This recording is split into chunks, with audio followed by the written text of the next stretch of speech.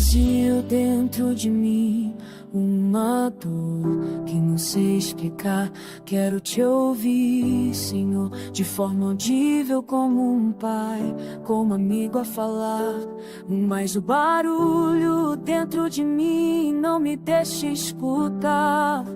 Me ensina a silenciar, me ensina a descansar, me ensina a ouvir, entender teu silêncio, a calar o turbilhão que grita dentro de mim. Eu sou tua, meu corpo é teu, eu me consagro. Purifica-me, Senhor, vem habitar em mim.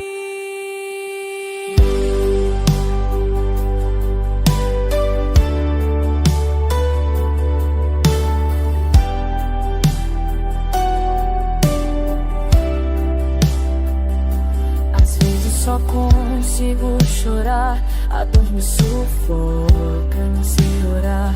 Espírito Santo, vem me ensinar, leva ao Pai tudo que eu não sei falar. Eu quero sentir teu amor me envolver, me preenche por completo, vem me socorrer.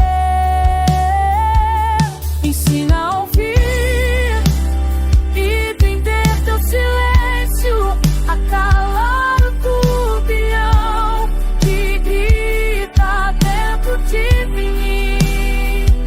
Eu sou tua, meu corpo é teu, eu me consagro.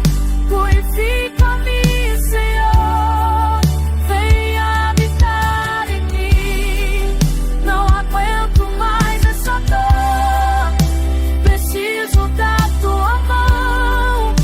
Restaura meu corpo, minha alma, tu és minha salvação. Me ensina a ouvir, entender o silêncio, a calar o turbilhão que grita dentro de mim.